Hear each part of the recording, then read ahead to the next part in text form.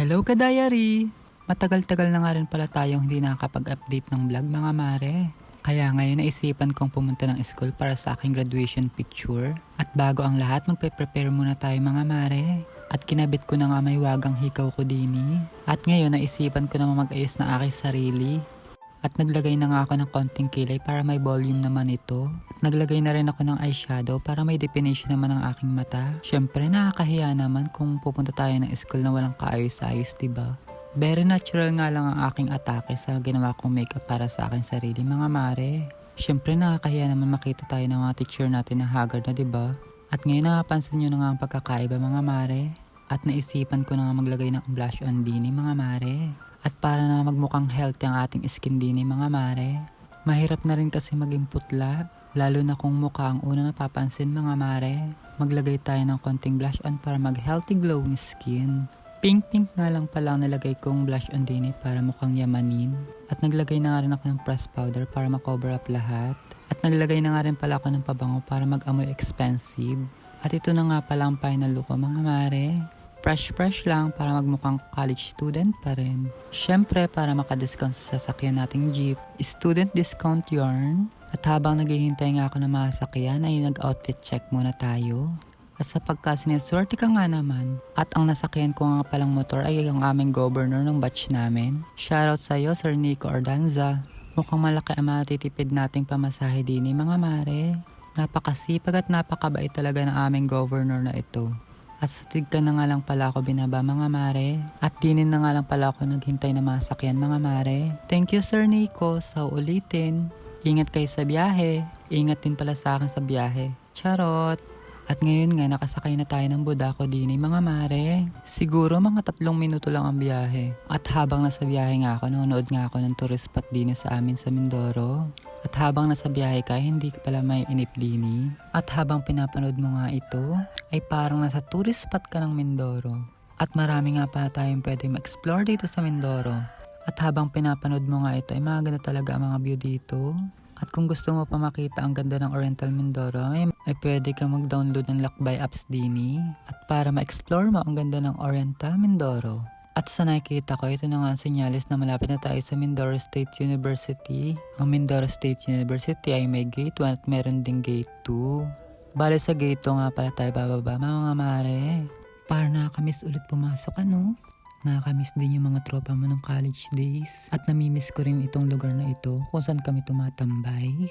At ito na nga pala ang bagong Mac Travel ngayon sa department namin. Lalo siyang gumanda at nag-improve. At napakaganda niyang tingnan para ka nag-check-in sa 5-star hotel. Ganitong setup ang madalas mo makita sa 5-star hotel.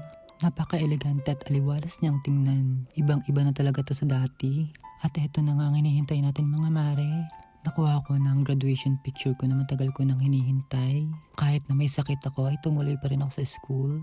At dahil nga ngayon lang ako nagka-time, at sigurado marami-rami na itong mapupuntahan tong picture na to. At kinikilig nga ako pag nakikita ko tong picture na to. At habang naghihintay ako ng Budako ay hindi ko matanggal-tanggal ang mata ko sa picture ko. Ibang-iba talaga ang kaligayahan pag nakatapos ka ng pag-aaral. At dahil nga nagkasakit ako ay hindi ko pa rin magagamit ang diploma ko. Masusuportahan ko nga muna ang mga bagong graduate sa mga kabatch ko. Basta masaya ako na natupad na yung mga pangarap nila. Basta andito lang ako palagi para suportahan sila. Naniniwala kasi ako sa kasabihan na clap for others until your turn. At masayang-masaya nga din pala ako na dito ako graduate sa Mindoro State University. At kahit nasa biyahe ako, hindi ko matanggal ang mata ko sa picture ko. At bumaba na nga ako para mag-abang na masakyan sa kanto. Dahil medyo mahirap nga ang sakayan dito. At after ko nga makauwi ng bahay, ay nayakag naman ako magpunta ng birthday yan. Di ko nga in-expect na may handaan pala kaming pupuntahan. Saktong-sakto nga ang pag-uwi ko din mga mare. At habang nakasakay nga kami sa likod ng tricycle, ay ipapakita ko sa inyo magandang tanawin din sa amin. Puro palayan nga pala makikita mo din. At mukhang nakarating na kami din sa event. 3 celebration nga palang kanilang sin-celebrate din Silver anniversary birthday at opening ng kanilang gasolinahan. At napakahusay nga din pala na nag-cater din Napakaganda ng combination at motif. Napakaganda ng lighting at may malaki pang LED TV. Mukha talaga siyang ginastusan mga mare. napakaganda ng setup at napakaganda rin ng flow ng program. At halatang halata sa akin na nag-enjoy ako dito at pumasok na nga kami sa event para makakuha ng upuan. At hindi ko nga rin in-expect na ganito kagandang pupuntahan namin. At sa VIP nga pala kami nakaupo mga mare. Unexpected na gano'n na mangyayari sa amin din. Akala mo'y malaki ang mga lagay At first time ko nga rin makakita ng ganitong setup sa birthday yan mga mare. Dahil mas lalong gumanda ang setup dahil sa malaking LED TV. Pero parang napapansin ko parang bilang lang ang bisita dito. Pero ayos lang, kasama ko naman ang mga marites ng Santo Niño. At mas lalo nga ako na-excite dahil may mga tanggap daw kami regalo. Bago ang lahat mga mare ay kakanta muna ako. Mahal na mahal ka, higit pa sa iniisip mo. This is a night of festivities and fun at your service, yours truly, Christine. Alright, in 1, 2, 3, go!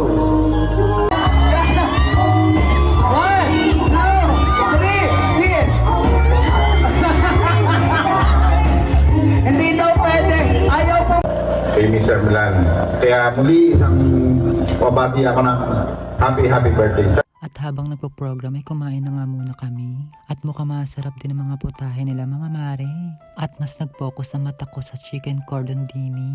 At habang namimili ka ay parang nabubusog na yung mga mata mo dini. Sa sobrang daming hinandang putahe. At halatang pinakiter talaga At marami-rami nga nakain ko dini. At hindi nga mawala ang chicken cordon at fried chicken mga mare. At para naman lalong umalsa ang galis ko dini. Pero wala magagawa, yun ang hain Ini-enjoy ko na lang ang bawat subo ko dini. Basta nag-i-enjoy ako sa pagkain ko dini mga mare. Minsan lang tayo ma-invite din sa handaan Kaya lubos-lubosin na rin natin Busog now, enjoy later. Kain ng kain, payat. Tulog ng tulog, puyat. Anong magagawa? Yun ang trabaho ng kadayar nyo Basta nag-i-enjoy ako sa mga ginagawa ko mga mare. Kahit minsan nakatamad na talaga. Pero kailangan bumangon at magpakabuhay. Basta enjoy na lang natin ang bawat araw. Pero kahit minsan nakakatamad na pero laban pa rin tayo mga mare. Kung ako nga walang pag-asa pero nakaka-survive. Itanong mo pa kay Marites. Hindi mo pa sila hanggang 10? Magtarap, wait lang. Paano mo nasabi na hanggang 9? Ay nakakarating po sa akin kapitbahay. Ang kaso, mali aking ibang aking kinukwento, yung nagkwento naman sana. May sinisi ka pa ha? At wait lang, ano pong uri kayo ng Marites? Kayo po ba ay techie? Ibig sabihin kayo po ba ay yung Marites na lumalabas pa? O kayo po ay messenger na lang? Lumalabas, wala akong cellphone. Lumalabas at wala daw cellphone. So, napatunayan po natin na 9 po ang inyong rate sa pagiging Marites. Sino po ang malimit ninyong kamaritesan?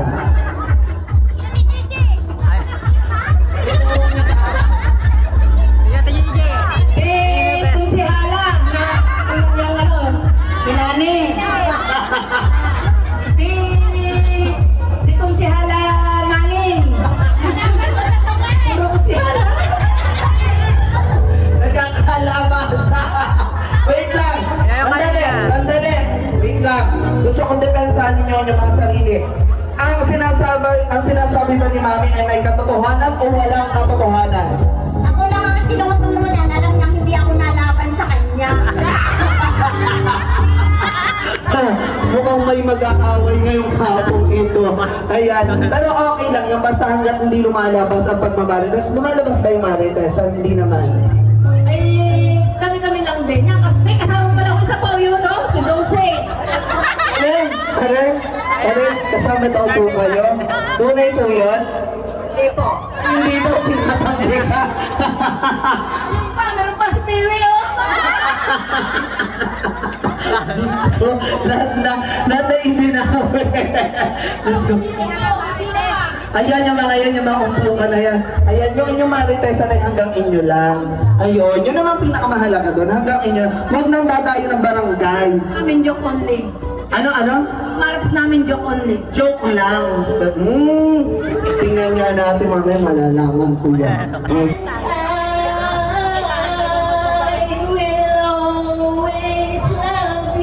Sige, okay na po.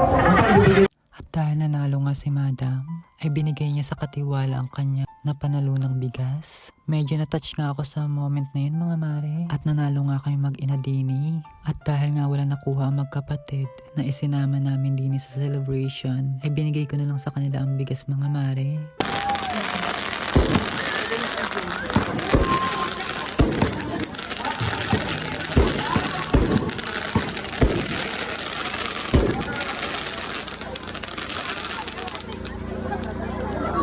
At dahil busog at nag-enjoy naman kami, ay naisipan ko na ngang umuwi at sulit na sulit ang pagpunta namin Dini. Babushka Diary, love you!